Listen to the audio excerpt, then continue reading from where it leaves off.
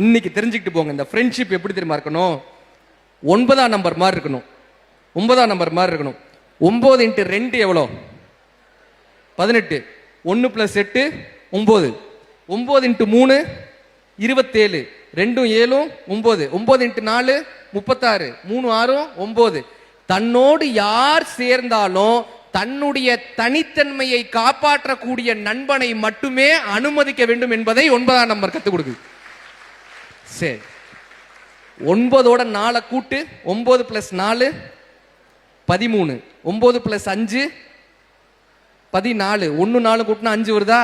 அதே போல 9 எத்தனை கூட்டினாலும் அதே நம்பர் கிடைக்கும். 9 7 16. 1 6 7.